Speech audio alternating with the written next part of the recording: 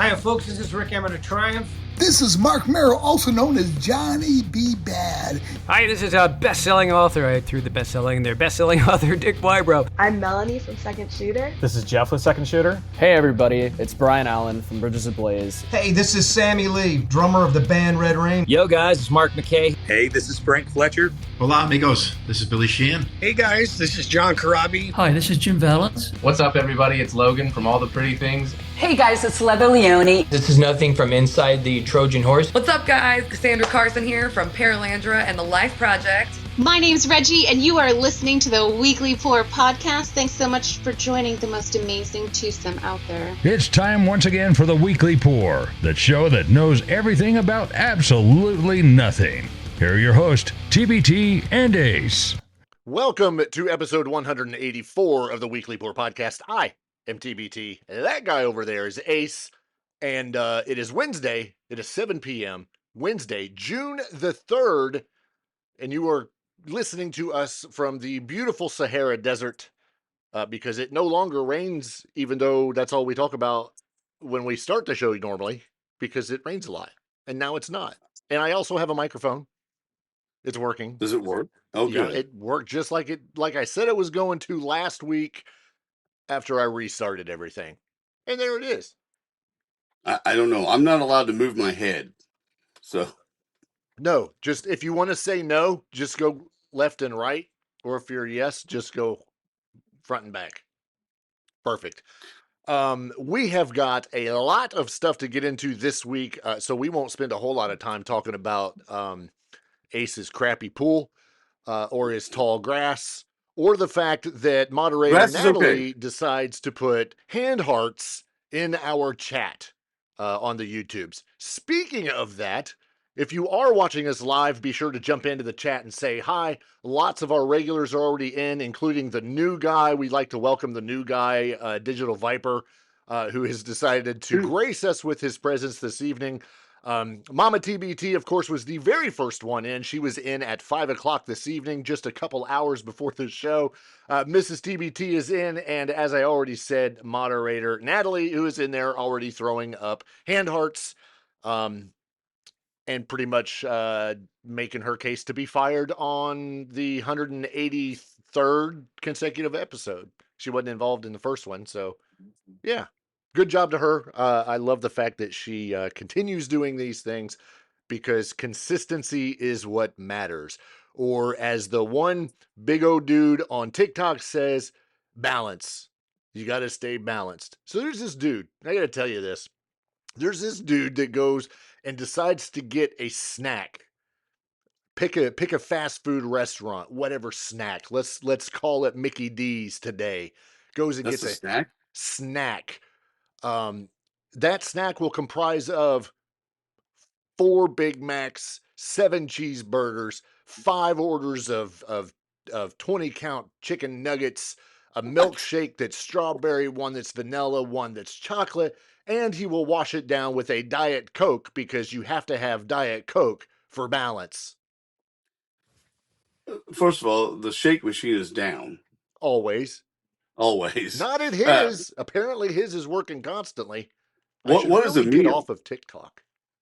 Yeah, you're on there a lot. I am rarely on TikTok, but I am.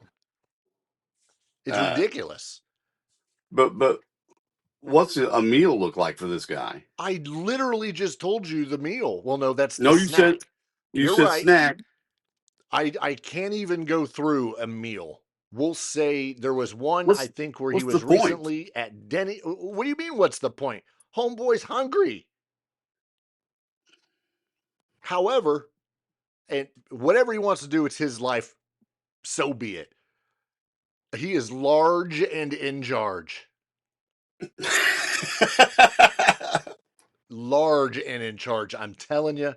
My goodness. But yeah, Diet Coke. Like the moderator said, he's got to watch his figure. Well, everybody is watching it. Yes, consistency is key. Viper says got to offset those carbs. Absolutely. He's a growing boy. Correct. He's just growing the wrong way. Speaking of TikTok, one other one that I want to mention is the one that I sent to you. I'm pretty sure I sent you another one today because it was absolutely hilarious, and it's got everything to do about the English language, and it just makes me laugh because the English language is hilarious. I'm not going to post these. Go do a search for yourself and find this stuff. It's becoming an addiction. I really got to get off of it because I'm watching Homeboy eat. Why am I watching him eat 17 cheeseburgers? Why exactly? Because we know. all like a train wreck. Exactly. That's where we're at. I don't understand. And I watch the things that people send me, but it's never stuff that's there's all kinds of stuff out there that I never see because I see the same things that everyone sends me. My family, you, that sort of thing. I don't explore on my own. Am I not family? I threw you in there. I said you. You said family, you. There was a comma there. No, a hyphen. Oh, okay. Excellent. Or EM dash. Right. Yeah, I don't understand. Ellipsis. I don't get it. Yeah, thanks, Natalie. She said the same thing. Family, you. There are some good things about it. It just depends on your algorithm. Our show, the Weekly Pour Podcast, of course, has its own TikTok as well, and we have lots of bands, lots of cool bands that we follow, that we interact with. This is where we've gotten a lot of our pours of the week, which obviously we haven't had one lately. It's summertime. You know, bands are on tour, the stuff's going around. Sometimes they just don't have time to answer emails. Either that or I guess maybe I said the wrong thing. I don't know. But there's one that I sent you earlier. It's a band of teenagers. They're called American Vanity, and there's just something about them that I like. They're not like super hard metal or anything like that. No. They're poppy rock. But I wanted to give them some props simply because they have an EP out. I think it's, I don't know, maybe 5 songs on the EP. And it's not bad. These guys got potential. Well, I didn't dig deep enough into it yet to form an opinion, but we can get around to it. Yeah, absolutely. Speaking of potential, I got to jump into this. This is a story I found about 5 minutes ago, and I think everybody is going to everybody's going to be interested in this because it is unreal. So Garth Brooks and who knows, maybe American Vanity can get to this point at some point in their career. Garth Brooks is allegedly, reportedly, possibly thinking about selling his catalog to whoever wants to pay the price.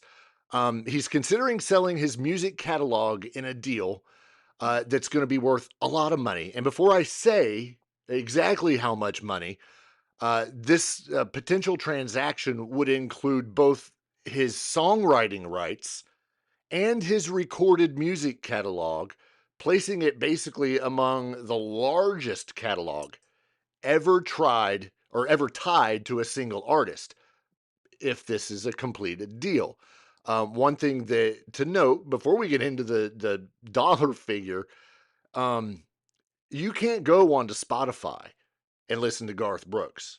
You can't go onto Apple Music and listen to Garth Brooks. And a lot of people are like, why?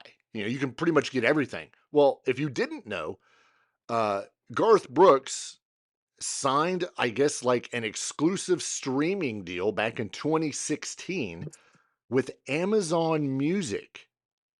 So if you want to listen to Garth Brooks, if you don't have the physical album, CD, cassettes, 8 tracks, reel to reels, or bootleg copies on your Napster, you have to go to Amazon Music. Here's an interesting fact that I did not realize. Garth Brooks is the only artist to have 10 albums certified diamond. Now, what does that mean, you ask? Well, that means that it could cut glass. Yeah, I know he's got a lot going on with that. I didn't know it was 10. 10. That means that each one sold at least 10 million copies. in the United States. 10 million copies. He's the only one to have 10 of them. You know, and I think we forget because it's been a while, but how big he was in the '90s and early 2000s and such. You know, he was one of the. I want to say he's one of the first country music artists to play stadiums.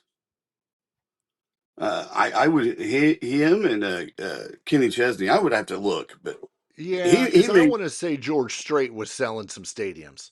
You think stadiums? Yeah, or arenas? Right. Regardless, he was a huge act, and I think we forget about that sometimes, and until he comes back to remind us with things like this, or when he comes back and wins Entertainer of the Year at the CMA Awards just because he wanted to. Yeah, you know, amazing, and the seeing this figure, I can see why you would want to sell your music. Sure. He's 63 years old. Right. And that's not old by any standard these days, but he will, and he's more than comfortable, I'm sure, monetarily. Sure. But this is going to like fund his whole generation down several generations, I think. Yeah. So the reported deal could possibly be with Sony Music. Sony Music has been very aggressive buyers in this market of artists selling their catalogs. In 2021, they acquired Bruce Springsteen's entire catalog in a deal that was estimated to be about $500 million. But Sony wasn't done, as they also reportedly purchased Queen's entire catalog in 2024 for more than $1 billion. That's with a B.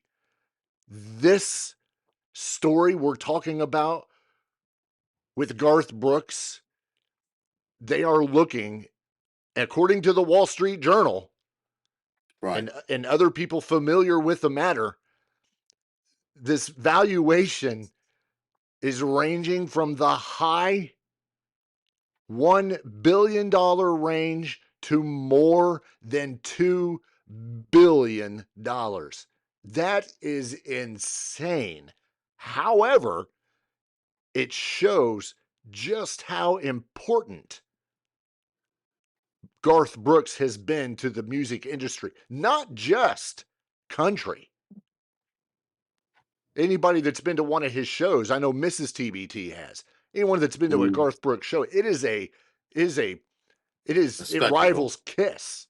It is a show. Spectacle. Yeah, a spectacle. $2 billion, potentially more. $2 billion. Well, and don't forget, this is a man. You don't sell 10 million records, go diamond 10 times over without crossing over. So this is not just a country artist. This is a guy who crosses over into pop consistently. Right. Consistently. And then, of course, the stage shows are legendary. He is one of the first ones to put on a stage show like that. I don't know any country artist that would do that. Yeah. And this is the same guy that sold more than 200 million albums in the United States, and that surpassed the Beatles. The Beatles, who only did 183 million certified. So it's insane. It's crazy. Put all the conspiracy theories aside regarding Garth Brooks, but if he sells that catalog for $2 billion or more, that's going to obviously rank among the largest music rights sales ever. Right, and who else could rival that? I can only think of one right now. I don't even know right now. Maybe in another 15, 20 years, and that's T Swizzle. Ah, yes. That'll be a minute, but yes. Yeah. It'll be a while. Real quick, got to say hi to Swathy McFick, who finally jumped into the chat after she's late. Moderator, please put her in timeout for 2 minutes. Joking. Don't. You keep your fingers off that board. So, yeah, Garth Brooks, $2 billion. I know we don't talk a lot of country on here. Man. But holy moly. Garth is the first artist to play Wembley Stadium. Yeah. First country artist, I believe. Yeah. Yeah, and build a true modern stadium tour. So yeah, selling out Texas Stadium in 92 minutes, 65,000 seats. I mean, crazy stuff this guy did. Oh, for sure. And honestly, while we're on the subject of playing stadiums, we might as well just go from there and jump straight into the news of Metallica. Metallica has been on tour now for what, 3 straight years? 800 years. 800 years. They are currently involved in a European tour. I think that's what it is, a European leg of the M72 tour, which did launch in 2023. So we're looking at either over 3 or getting near 3 years. They just set an attendance record at Germany's biggest ever stadium by performing a show in front of 94,000 people at Berlin's Olympia Stadion. That sounded French. Whatever. Yeah, it did. On May 30th. So we're talking just a few short days ago. The record was previously held by U2, us two, U2, which drew a crowd of a measly 90,000 in 2009. Here's the kicker. The venue's capacity for gigs is usually 72,000 people. So we are easily over 22,000 people more than what their capacity is. I'm sure there's a fire marshal problem with that. Well, did you read? I think they rigged the stage up a little bit for seating for this, didn't they? Well, their stage is completely unique anyway for this tour because it's round and it basically opens up a lot of floor. Right. But it's a new snake pit. Anybody that's ever been to a Metallica concert knows about the snake pit. So it allows the promoters to sell more tickets than usual. Right. And since the hollow, the stage is hollow in the middle, there you go. There's even more tickets. So it's crazy. Right. And then there was something about the towers that they have are anchored as by raised platforms that double as VIP seating. Right. With 8 folding chairs decorated with black and yellow color scheme, similar to their latest record, 72 Seasons. Exactly. So are you like sitting up on the tower in a seat? Just like a roller coaster? Yes. Okay. Strapped in. I'd pay for that. For sure. This Berlin show is not the only attendance record that has been set recently. On May 9th in Athens, Greece's Olympic Stadium drew more than 90,000 fans. That place typically seats about 75,000. In August of 2023, Metallica drew about 78,000 fans to each of their 2 shows at SoFi Stadium in Los Angeles, surpassing T-Swizzle's attendance figures at that venue. And as a matter of fact, I'm pretty sure we talked about that on this show. Let's put this whole thing in perspective in regards to money. As of August of 2025, so we're talking 12, 11, 10 months ago, this M72 tour has grossed $476 million on 64 shows. So basically that's what, 8.4 million per gig? Right, right. Playing in front of 3.9 million people. But look at what you just said. This blows me away. $476 million on 64 shows. And that is that's starting from 2023 to now. Well, 2025. So this double show gig that they're doing where you play back-to-back night, well, not back-to-back, but you have that weekend thing going on, that really rests them up, doesn't it? For sure. Yeah, they get a nice big break in the middle. Yeah. And they still make a ton of money. They don't have to play on Monday, Wednesday, Thursday.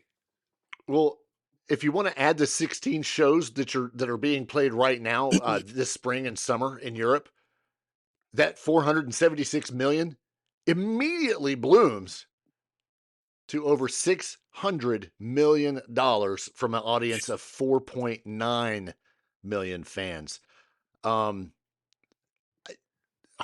Hardest working band in the business when it comes to touring and doing stuff from their fans. I'm going to bring this up again. You want to see some pretty cool backstage stuff, fan stuff, some things that go on during the show, go to the TikToks.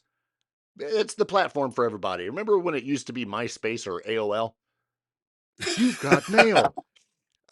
Now their stuff is ridiculous. The cool thing is that Metallica is donating a portion of ticket sales from all of their shows to local charities through their All Within My Hands Foundation, which I think is fantastic. We've talked about that foundation on this show, but just for a band that's been around for so long, right, to tour like this. Oh my gosh! Yeah, it's insane to do. These older bands do a lot of this, but Metallica, I mean, I don't know if they got Journey beat on how many times they like to, how long they like to tour, but they're pretty close if they don't have a beat. They have to. I've not looked to see what the remaining tour dates are, but my gosh, this 3-year tour, it's going to come to a point now. Fans are going to be like, okay, it's time to stop touring so that you can finally put out a new album. Right. But with their catalog, holy crap, they just keep going and going like Energizer Bunnies. Alice Cooper tours a lot too. It seems like he never stops. And these guys, it's these older artists that just have that work ethic and that grind in them. It's pretty impressive because they don't have to. Absolutely not. Not only that, they don't have to release a new album. We've talked about that, new albums and EPs and all that stuff. But who is putting out quality albums consistently? The last two have been really, really good. Yeah. There's no reason they couldn't put out another good one. Not every old artist does that, putting out quality albums. Yeah, exactly. And we'll actually get into to some new music here later on in the show, one of which we've both listened to at least the first single, and it's a band that's been around for 40 years, and they don't seem to be slowing down. We'll get into that one later. Some of the other stories that we're going to get into this evening include a story that we can talk about right now, because it's about Mötley Crüe, more so about Tommy Lee. Anybody that's been a fan of the crew knows that obviously Mick Mars is no longer in the picture. There for a while, Vince Neil was not in the picture, and our friend John Corabi, of course, was in the band. But how many remember when Tommy Lee exited Mötley Crüe? There's always been speculation. Why did he leave? If anybody even remembers. I mean, good grief, this was 25 years ago. It was so brief. Right. It really was. But he left, and I wish I knew the drummer's name that replaced him. Anyway, I don't know. I guess that doesn't matter. In a recent interview, Tommy Lee was asked about that. He was asked about leaving the band because the interviewer was like, hey, has there ever been a time where you could have just quit Mötley Crüe? Obviously, homeboy didn't do his research, his homework, if you will. But Tommy Lee talked about leaving Mötley because he was gone for a couple of years, I think, which really goes back to what you said. It wasn't that long. Because usually when people quit a band, they're gone forever. The reason given by Tommy Lee for leaving Mötley Crüe was that he was creatively dying slowly as just his personal musicianship and craft and stuff. And according to him, he needed an outlet. So he quit for a couple years, and that's when he started Methods of Mayhem. And then, of course, he started doing some other solo stuff because he just basically had to switch gears. What I was going to say a while ago is there was all this speculation that he quit because, he's going to rehab or it was drugs or alcohol or whatever. That may be the case. Does it matter? Yeah, no, not really. It doesn't. But someone actually brought this up, and this is the first time I know that Tommy's actually spoke about it one-on-one with somebody doing an interview. So it was kind of interesting. Speaking of Tommy Lee, he did just release his latest solo album called Tommyland Rides Again. That was released on May 22nd. It is a 13-track full-length album, 42 minutes total. Okay.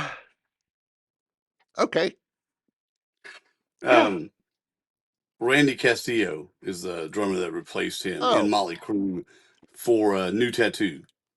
Okay, that's not who I'm thinking of because I believe I want to say their touring drummer. Tommy Clufetto's is their touring drummer. Who? Tommy Clufetto. I'm on thinking the last tour. Oh yeah, that was the last tour. I'm talking about 25 years ago when Tommy Lee left. Samantha Maloney. Yes. She filled in when Castillo could not. Yeah. There's another one I'm thinking of, and it may not have been Mötley Crüe. She may have filled in for Guns N' Roses after Matt Sorum. That's exactly who it is. That popped in my brain. I could see her playing now. I'm gonna get her name. But what I was thinking is, I don't know if I ever paid that much attention when he left, except when Methods of Mayhem came out, and I assumed it was a creative thing for him. I don't remember if he spoke about it then or not. I would assume he would, but I remember seeing him play guitar. That's what struck me. He's out there playing guitar and being a front man, from what I remember. So creatively, it's almost funny when a drummer says that, because what are you, bored hitting 2 and 4 all the time or that sort of thing? But right. But I get it. I get it because he's doing the same thing over and over. It's draining his creative spice, so to speak. So getting out and doing something different from under Mötley Crüe, and it doesn't mean he never intended to come back. Probably. Am I thinking of Kid Rock? Kid Rock was the drummer for Mötley Crüe? No, his drummer. Maybe I'm thinking of her because there's not been the one I'm thinking of. I don't know. I'm stuck on that. I got to figure it out. I don't know, but I could see why he would want to change gears, do something different, especially at that point in time with Mötley Crüe putting out Generation Swine, which didn't do well. Right. New Tattoo, which didn't do well. Just this moribund period of the band. Let's freshen it up. Let's do something different. Yeah. I recommend anybody that wants to listen to Tommy Lee's newly released solo album. I don't know how many he's had. I think this is the third one. Go listen to it. It's not what you think it's going to be. It's not, Mötley Crüe-esque, if you will. He released one in 2002, 2020, and now 2026. It's different, but it's him kind of just letting his creative side out. If it's not going to be what you're used to because it's not Mötley Crüe-esque, I don't think at all. But give it a shot.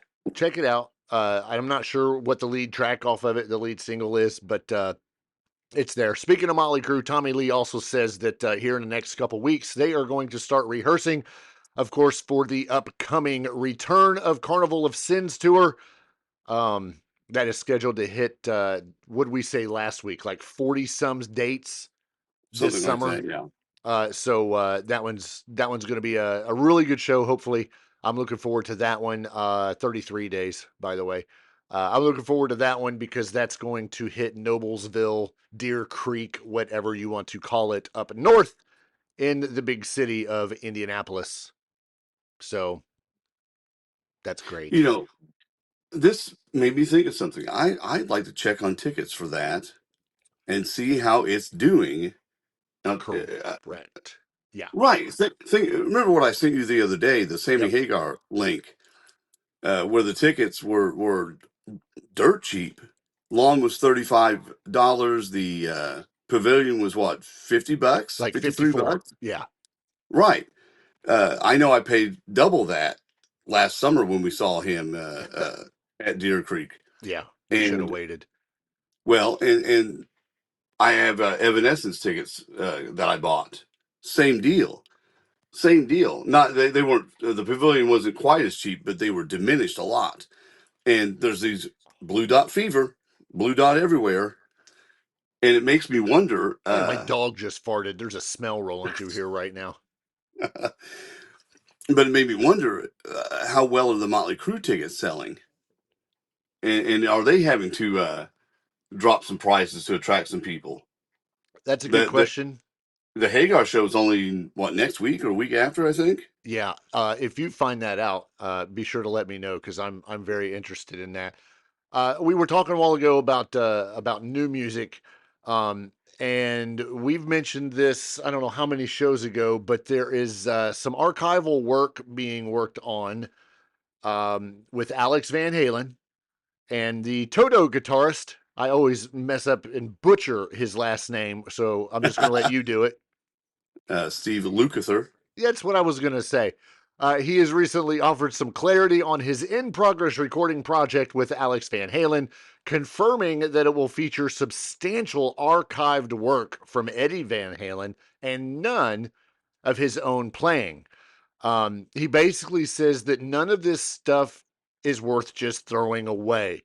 That's what he's talking about. The recordings left by the late Van Halen guitarist, who of course passed away in 2020 at the age of 65. This quote is straight from Steve.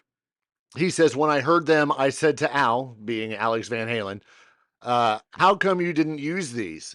And the answer was because nobody could write to it, as in put lyrics to it. So if you think this is a bunch of throwaway crap that we're trying to Mickey Mouse together to suck the dollar out of the poor, unsuspecting Van Halen fans, it is not. He could not provide many more details, but emphasized that these vault tracks are much more than table scraps. These are finished tracks with Ed and Al, and Ed's playing bass on a lot of it. That's all I can say right now because it's a much bigger picture and it's Alex's story to tell. This really just adds more and more meat and excitement for this to come out. Well, it adds to the mystique as well. Like, what are these tracks that no one could come up with a melody or lyrics, or did they even try? I wonder, we spoke of Sammy Hagar a minute ago. I wonder if Sammy's out there right now reading that story going, wait a minute. Hold on. I could have done that, or I did do that, or that'd be pretty cool to hear. But it sounds like most of it's instrumental type stuff, right? Yeah, that's kind of what I'm getting at, or that's what I'm picking up on this. There's a lot of people that have been asking, I wonder what they're going to do to this stuff and how much it's going to sound like Toto. Well, it's not. No. It's not. There's not going to be any, Lukather, because I'm going to butcher his name again, or Toto fingerprints on a Van Halen thing. I can promise you that. He says he's there to be Al's wingman and go, how can I help you do this? Right. I'm there if you want to go this way. I'm there if you want to go that way. Mixes, vocals. He's just there to make sure that the quality control is in place from somebody that Alex Van Halen trusts. So I really like that. And it just makes me a little more eager to hear this when it comes out, when you buy it. Yeah. Me? Yeah. And some of this stuff that we want to see or hear like this probably won't be available through our normal streaming services. Oh no. So that's the kicker on a lot of this really cool stuff. You have to buy it, or wait till someone puts it up on YouTube and get pieces of it. Right. Right. So, I don't know what you paid for your Mötley Crüe tickets, but they are going for 35 on the lawn. Okay. And about 90 in the pavilion. Okay. About Hold 90 on. right now. Hold on. Which is not bad. I'm going on here right now to sell mine so that I can go ahead and. Okay, they're sold. Now I'm going to go buy some new ones. No, I'm joking. Right. There's some more expensive ones here and there, depending on how close you are in these sections. But the average I'm seeing is about $90. Okay, and that's pretty. That's not bad. No, especially if they were at about 200 or something like that, and we're down to 90. Yeah. You wait. When's that show? That's in August, right? That's in August. Yeah. Yeah, you wait. We got a long way to go to August. That shit's going to be buy one, get one free. We'll be papering that shit. Probably. That's not the only bit of Van Halen news.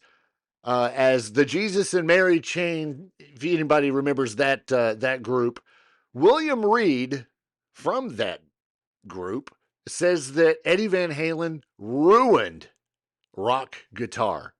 Settle down, calm down. Don't get your panties in a bunch.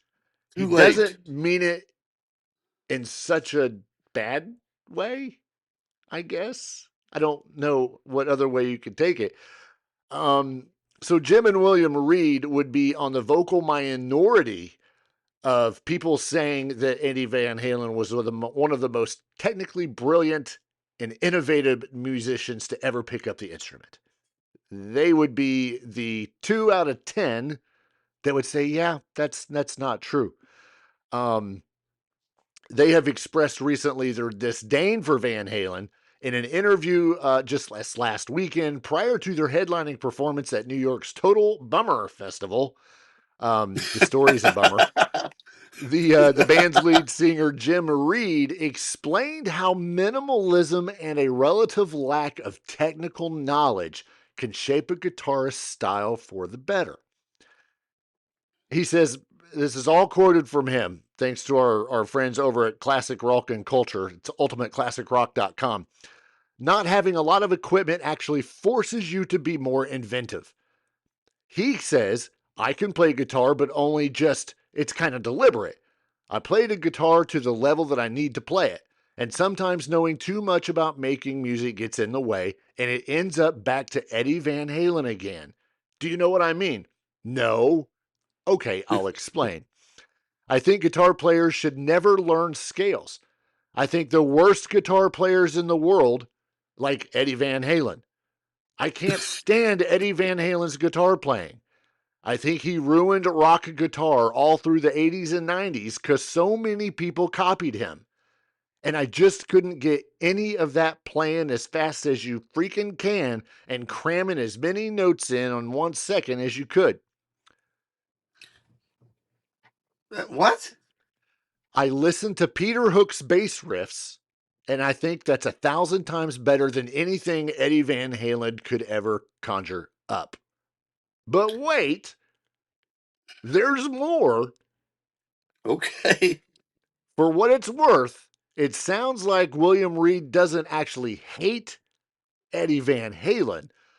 Rather, he hates bands like Rat, Poison, and the myriad of other glam metal bands whose fiery lead guitarists were nipping at Eddie's heels.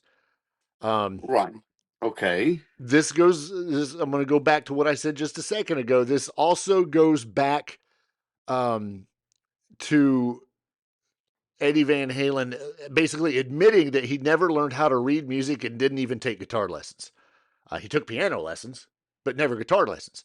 And for all of his jaw-dropping technical innovations, Van Halen often couched his incredible riffs and solos within catchy 3.5-minute pop songs. So yeah, you want to read the article, please read the article. You want to get upset, please read the article. You really want to just throw stuff, please read the article. Well, I got confused for a second when he was talking about putting 1,000 notes in a second or whatever. Eddie was not a shredder in that sense that we think of shredders. No. He was not CC DeVille. CC DeVille that you talked about last week, underrated, that sort of thing. He is fast. He puts a lot of notes in, but he is not Vinnie Vincent, who overplays everything. So I don't know. I don't know what I mean. By this guy's standard, you and I are geniuses for sure. I mean, as far Shredding. right. And if Digital Viper's around, suck it, because we are more talented than you, apparently. Exactly. I don't know where this guy's coming from, but I mean, I don't understand. They don't even play the same style of music. It's a whole different thing. Well, you just mentioned Viper, and he makes a very good point. Eddie wasn't what I'd call a shredder. He could do so, but he was very melodic in his riffs and put tapping on the map with rock music. He's not Yngwie Malmsteen. Yngwie is a shredder. Yes. Yes. Yeah. See, we could have done the entire episode on this one article because it just stirs up so much crap. Right, and Eddie's not around to defend it. Not that he would. Right. He'd flip the guy off and go on and play some killer riffs, but yeah, and smoke another one. Right, but it's utterly ridiculous to even talk about this. Yeah. How many people are nodding their heads along? Yeah, this guy's right. No, he's not. Probably nobody. Nope. Moderator Natalie said she agreed. She goes, yes. His stuff is so much better than Eddie Van Halen because Eddie Van Halen was mediocre. And then she put up another heart hand. What? What is she? You're insane. She's trying to get fired. She's nuts. I know. It's just what she said. I don't know what to say. Moving on to that, I just want to see if she's paying attention. She is paying attention, and I got a bunch of hand hearts. She is definitely nuts. Viper agrees. Let's get back to some talk of some new music coming down the pipe. Mark Kendall, of course, from Great White, says that we have 3 songs ready to go, but we have 7 on tape. So if you're looking to get new Great White music, which it'd be fantastic. This is Great White basically without Mr. Russell, who of course passed away. And they have their new vocalist, Brett Carlisle, who we have mentioned on this show before. There's no indication at all when any of this music is going to become available. Could be later this year, could be early 2027. But like many other bands, it is just nice knowing that they're doing something. You know, to me, this is really, really, really reminiscent of what Firehouse is doing. Well, that's what I was getting ready to point out. Yes. And I don't know what I think of that. Put out a song here, a song there. That's the thing now. Maybe not put a record out. Just a song here and a song there, No, I think they will. I think they will. They will? Great White, absolutely. I also think Firehouse will, but since we're talking about Great White, yes, I absolutely think they will. I think this is just one of those opportunities to get the word out that, yeah, we're working on some new music. It ain't here yet, but we're putting it out. It much like what Firehouse did. They've released two singles, with Nate Peck. Can we stream them yet? Can we stream them yet? Absolutely. Okay. Yeah. And the other point is, again, with these legacy bands, it's do we be creative and put out music and maybe people will hear it or maybe they won't? Or do we just, tour, play what people want to hear and have a good time? There's 2 camps to that. And it feels like maybe Mark Kendall isn't sure which lane he wants to be in. Can we tour? Yeah, we'll tour. Maybe we'll play music that's new. I don't know. Yeah, they've recorded a couple of demos, but we haven't been to the studio. to lay down the tracks. We have some songs to do, and yes, that's the plan in regards to a new studio album from Great White in 2026. So 2026 is the plan. It's already June, so we're 6 months into it. So who knows? The hardest part is because we all live so far apart and we play a lot of weekend shows. So we're usually home 3 or 4 days at a time. And so it's not a lot to coordinate, but they're going to make it happen, which is good. I'd love to hear some new stuff coming out from Great White. Just another one of those bands that have been great. And, you know, with having, I can't think of his name now. Brett Carlisle, with having him now, it's great. Let's do this. Pull the same thing that Firehouse is doing. Well, you know, and as he said, they all live in different places, and coordinating it is tough. But anymore, I think a lot of bands punch this stuff in wherever they're at, and send it digitally. Here's my vocals on this song, and send the file, kind of thing. It's not like the old days where you're all in the studio for 6 weeks or 4 weeks or whatever it is, or making music, or 2 months. Yeah. Another band who actually has a live, I think it's a full-length live coming out May 29th. Actually, just came out May 29th. So last Friday, Lynch Mob released The Final Ride. It's not going to be their final ride, as George Lynch has confirmed that Lynch Mob is working on a brand new studio album.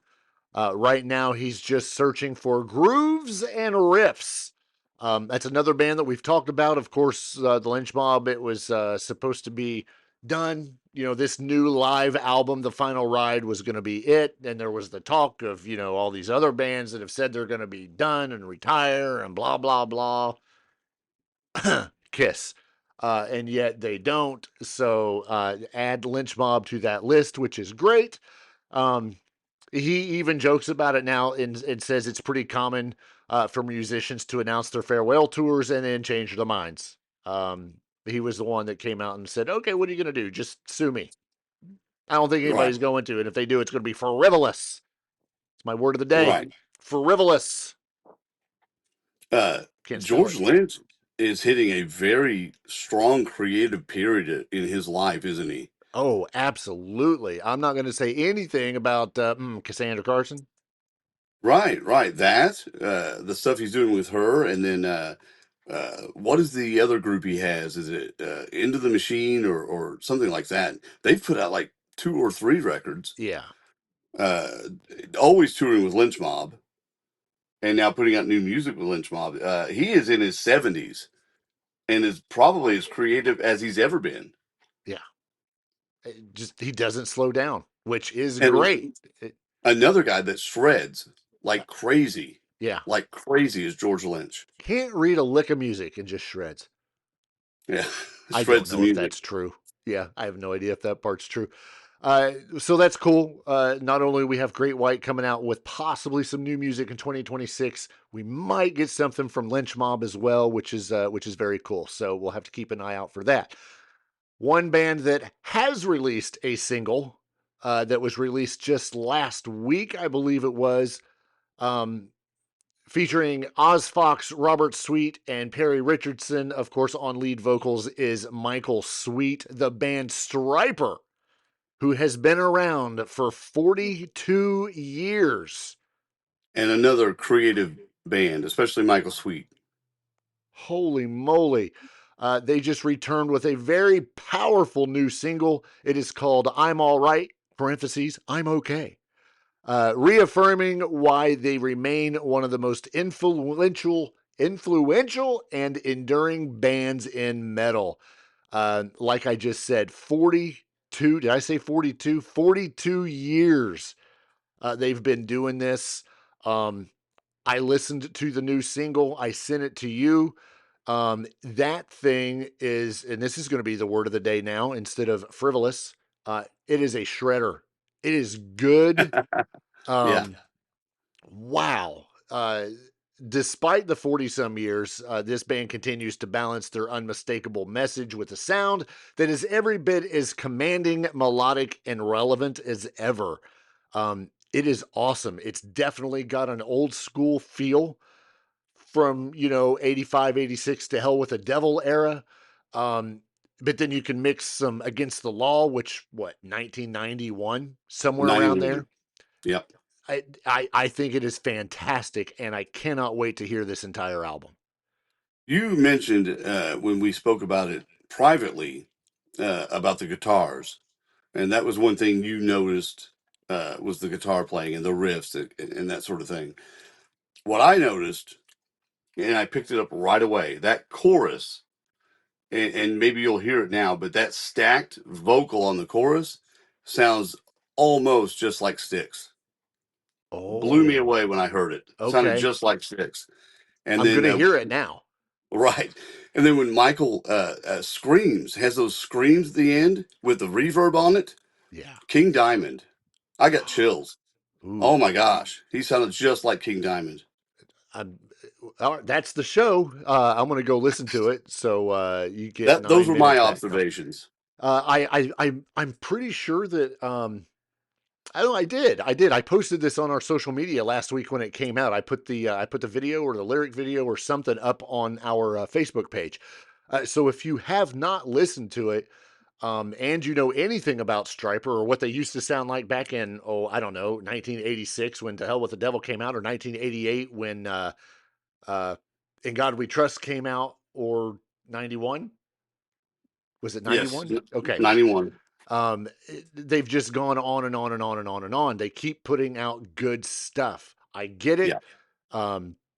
Stryper is not for everyone, but the one thing you cannot deny is the fact that they keep putting out good shit. Plain and simple. Right. And you're talking lyrically, but a lot of times, especially these days, those lyrics are a bit ambiguous anyway. Sure. Michael Sweet knows what he's singing about. You can interpret it however you want to interpret it. Absolutely. Or pick it up straight from what he wants and get the message. And it's fine either way. It's fine either way. These are albums that you could literally take the lyrics away and just listen to the music and be like, holy crap. Much like we talked about just a couple weeks ago, 2 or 3 weeks ago when we talked about Sleep Token. They just released their latest album, instrumental only, no vocals. I guarantee you could do that with this upcoming Stryper album as well, and you would be absolutely amazed. One of the funnest bands to watch live, not because of the show, not because of the spectacle, nothing like that, but just to watch the guitar work.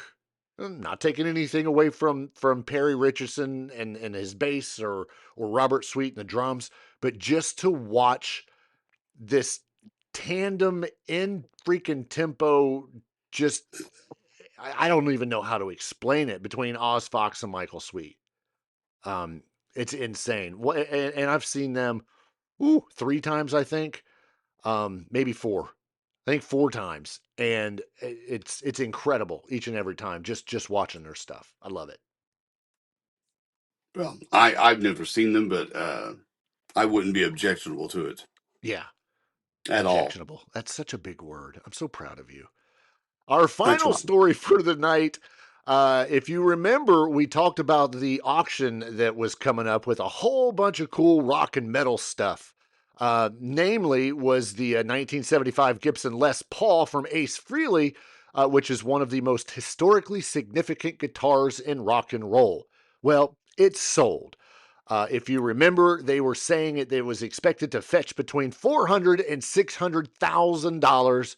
Well, they hit the nail on the head, because that son of a gun sold for $512,000. I can tell you right now, neither myself nor Ace were the winning bidders. No, not at all. I was outbid by $511,995. The longtime use of this Gibson Les Paul has earned Ace Frehley a place on nearly every top 10 Les Paul players list of all time. There were a bunch of other items from Frehley that were sold above their original estimates. The Super Bowl 33 stage played 1997 Gibson Signature Les Paul Custom. It sold for $57,000. The stage played 1996 Kiss Reunion Tour Light Show Sanchez Custom Gibson Les Paul Jr. It sold for $57,600. The stage-worn Destroyer costume, which I want still, $51,000. Ace Frehley, Arthur Kane of the New York Dolls stage-worn jumpsuit sold for $11,000. And Ace's 1977 Rock and Roll Over tour jacket sold for pocket change at $8,960. Of course, this was a whole bunch of stuff. This landmark event offered collectors and fans a rare opportunity to acquire pieces from the music legends who shaped generations and included guitar, stageware, handwritten lyrics, blah, blah, blah, blah, blah. We were really only concerned about the Ace stuff, but holy frickin' moly. If Jim Irsay was still alive, he probably would own that. I literally was thinking the same thing. Yeah, he would own that guitar. Yeah. And display it. I am a little disappointed. I'm sure you will agree that moderator Natalie did not get any of these things after the high salary that we pay her on a weekly basis. No kidding. I'm a little disappointed. She was all in. Yeah, so did I. Little disappointed. But still, $512,000 for a 1975 Les Paul guitar that belonged to Ace Frehley is still pretty badass. I don't care who you are. I wish I knew who bought it. I'm going to do some searches and see if we can find this out, because I just want to know the dude's name. I hope his name's like Ralph. And they could say, who owns it? And you could be like, oh, Ralph. Like you know who he is. Lives in his mom's basement. Is stuck in the corner. No, not Brad. Ralph. So, who knows? It'd be nice. It'd be pretty cool. I'm going to look for it. I'm going to find it. You can afford a guitar that was owned by Ace from the Weekly Pour podcast. No, you can't. You can't afford a daggone guitar that was owned by Ace from Ace Hardware. Moderator. We talked about this a while back. Yeah. I just looked it up again. David Gilmour's Black Strat that was at auctioned off sold for $14.5 million. That's incredible. I mean, 500,000 is a lot. Yeah. It blows me away. And then $14 million for a guitar that Jim Irsay owned and auctioned off. Yeah. People like their guitars, man. Yep, and the cool thing is, I can't wait for the delivery. Before we end this show, I do have to give some mad props to our. We have some friends that do these kind of things. Townie, I don't know if you can read that. It's a sticker. It's the Townie Press Company, locally made, because that's what the sticker says. I don't know where the hell local is, but it says locally made. Hey, where? Anyway, makes you feel good. Look. It's a Weekly Pour t-shirt. Nice. You can get yours for the cost of probably $19.99. I don't know. Just visit them. I think they're on Facebook. It's Townie Press Co. They're locally made. So that means wherever you are listening to this podcast, that's where they're made. Local. Right? Something like that. Right. But yeah, I do want to thank our number one main sponsor, Petty's Pour Decisions. They've been kicking ass this summer. Of course, everybody needs a nice, refreshing adult beverage. They've been doing good, and I wanted to give them a quick shout out. And of course, thank once again Townie Press Company, locally made. Wherever you're listening to this podcast or watching, they're local. Here's their sticker. Go find them on the Book of Face. Okay, we're gone. We're out of here. We'll be back next week with a brand new show and lots more news. Thanks for joining us, and we'll see you next week. Remember, locally owned, local.